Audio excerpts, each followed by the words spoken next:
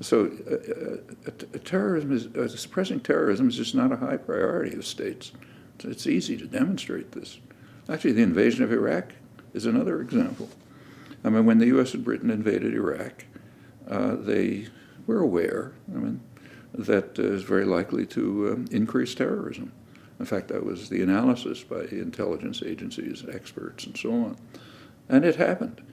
Terrorism increased by a factor of 7 in the year following the invasion, according to U.S. government data. Well, yeah, but it's just not a high priority. So terrorism's a real thing, and if you want to deal with it, there's a couple of ways of doing it.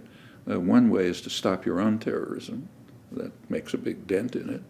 The other is to stop supporting the sources that encourage it.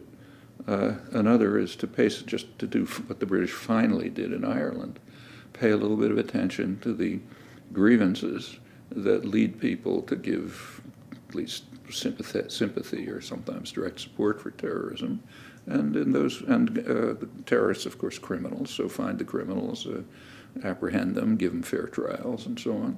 That's the way to do it. None of this is being done. Just take fair trials. There are people kidnapped, actually, they claim captured in all over the place, Afghanistan, wherever they are.